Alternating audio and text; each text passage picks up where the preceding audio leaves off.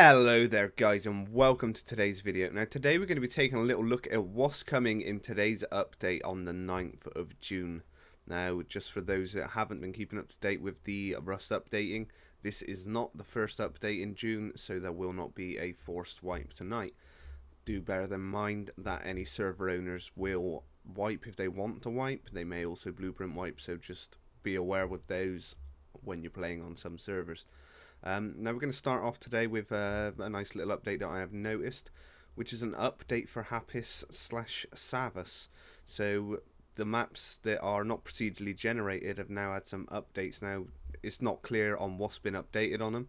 I haven't been able to jump on there to check it, but we're going to see some changes in there, so it's going to be interesting to see what unfolds with those. Now another really big update that's going to make a lot of people happy is how long it takes for a water pipe to be ready to fire. So if we now change over to the water pipe shotgun, it will take slightly longer for I can actually fire. That is how quick you can fire now when you change over to it. Now it's not as quick as it previously was, so it's going to stop a lot of these nakeds running around with a water pipe and being able to take out anybody that they cross paths with, because if you run up and you see a naked and they're just harvesting with a rock, most people aren't too worried about them, so they will run past and then the naked will just whip out a water pipe and take you down pretty quickly. So you will now have a little bit of extra time to react if that does happen to you. One more really interesting update that we're going to get today, guys, is some changes to the decay system. Now previously when you would change the decay on your server, it would only change the duration in which it takes for a building to decay. Now when you change it, it is also going to change how long it takes for the building to start decaying. So if we just quickly run through the standard numbers, it would be twig would take 6 hours to start decaying, then 6 hours to decay. Wood would take 12 hours to start decaying, and then 24 hours to decay.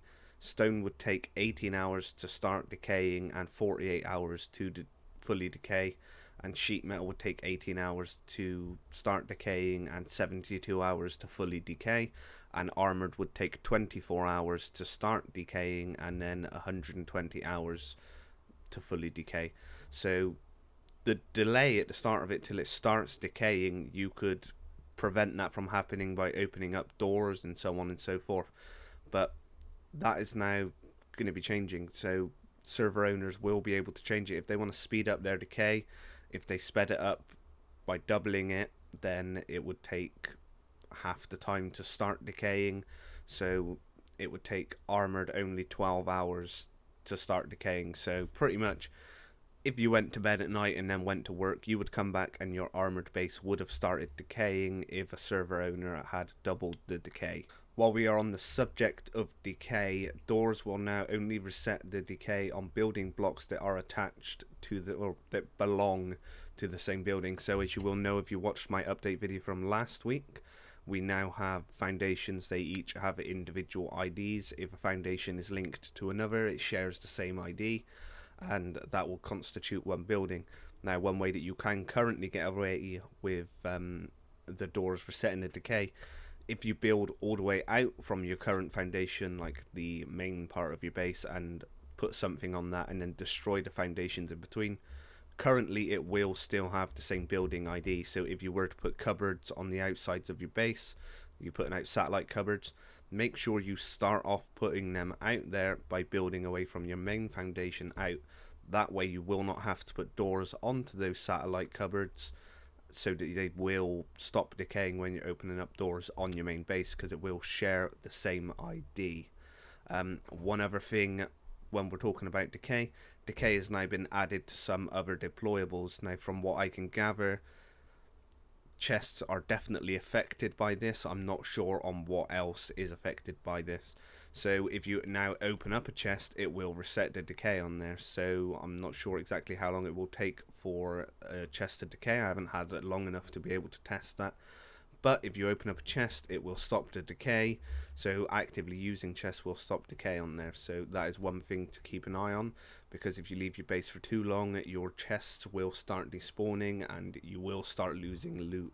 Now, it would also appear that we have some new changes to the way that melee is working. We're now getting server-side melee attack verification. So some people have been complaining about when they are attacking people and they're hitting headshots with melee weapons and it's not registering and so on and so forth. So hopefully this will help resolve some of the issues. Alongside that update, we also have a tweet that says max melee range in server-side check includes forgiveness. So it's possible that we may have a slight little area of that may overlap, so to calculate for movement, because if we were running towards someone and then we swung, we would still carry on moving a slight distance before we hit. So maybe they'll give us a little bit of leeway in terms of registering melee hits, but we'll soon see once that rolls out live and we can actively test it. Now, one other thing that I have seen from the Rust Updates Twitter is adjusted animal corpse entity bounds, and then in brackets we have melee verification false positives. Now, what I believe this means is that when you've killed an animal and you go over, you start hitting it, you're getting everything that registers it as a hit, but it's telling you that you're not near the body and you cannot harvest it. So I believe, or at least from what I can gather from looking at this, is that we are going to have a fix for that. So we're not going to start hearing and looking like we're actually chopping up the animal, and then it's telling us that we're not. I think, as far as I can tell, that is a fix for that. We're not going to have these issues when we're trying to harvest up our little piggies that we have slain. So now we're moving over to the really interesting things. Now, they have added the test prefab of a static dungeon door. Now, for those of you that don't know what the static dungeon door is, it was something that was talked about in a dev blog a little while ago. And it's basically going to be static doors that are added into the monuments that hide better loot. That you will need to destroy the door, whether it means that you need to consistently hack away at it for a long time, or you need to throw a couple of C4 on there to get through to some better loot. That is what is going to happen. So we're going to start looking at a lot of better loot coming from monuments, and it's going to be a lot easier to get some things. You won't be consistently relying fighting on airdrops. The only issue with that is you will be fighting in monuments to try and secure these doors so that you can be the one that gets through them to get the better loot. So we'll actively promote some more fighting in monuments as well, especially from higher end players. It will mean that the smaller players will be able to try and go in there, ambush people in the middle of a firefight, and you're going to get a lot more action in monuments once this fully gets implemented. Now, it's only the test prefab that has been added today, so do not expect anything completely working today. I would expect if it was going to be added fully, it will come in the next forced wipe when they do all of the updates to the monuments, when they add in the nice new... Yep, so I wouldn't expect it to be added until they add in the new dungeon art. I do apologise, I went completely blank then. I could not think of the words that I wanted to get out. They have also broken down the ration box into individual items. So it says chick din dins, which would mean chicken dinner, some form of chicken. There is nothing new in the item list, so there's nothing to determine as to whether we're just going to get normal chicken or they're going to add something new in. Second item would be mash. If anybody doesn't know what mash is, that would be mashed potatoes. We don't even have potatoes currently, so still nothing that I can see to do with mash. And a water bottle. So water bottle's pretty standard. I don't know whether they're going to tweak that in any way. I would have thought that we'd have also gotten some medical supplies in the ration box, but it's not in their list of individual items, so we'll soon see with any tweaks that come with that over the coming weeks, but it doesn't seem like anything concrete that will be added tonight. Now, the last thing that I have for you guys today is mortar. Now, you take that as you will. It may mean that it is a mortar that will shoot shells at your enemies. But if we read what was in the brackets along with the tweet, it says, need to check shader. It goes invisible when applied.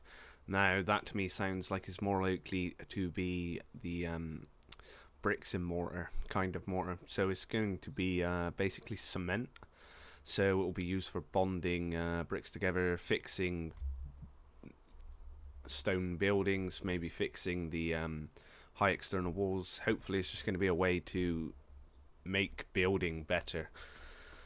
So pushing extra ways to repair your buildings rather than just hitting it with a hammer and it just takes some stone out of your inventory. Maybe it's a better way to actually have to repair a stone building. Maybe we'll see something soon enough that will be a way to better make fixing wood buildings and metal buildings and eventually armored buildings. So we'll soon see how this pans out, but this is something that is extremely interesting, and I really want to see what comes of this when the dev blog actually hits and we get to look at this stuff a bit more in depth. Lastly, one other thing that has been happening a lot over the past week is there have been a lot of updates on the pre-release branch, which is the branch that holds the XP system. So I think we are moving nearer and nearer to getting that ready, and hopefully it will be ready for us for the start of next month when we get the forced wipe.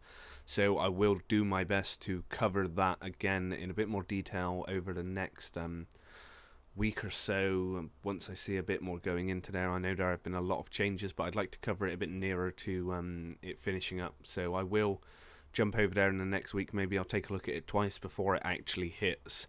But if you would like to see that, then make sure you are subscribed to the channel, or just keep popping back to see if it has come out.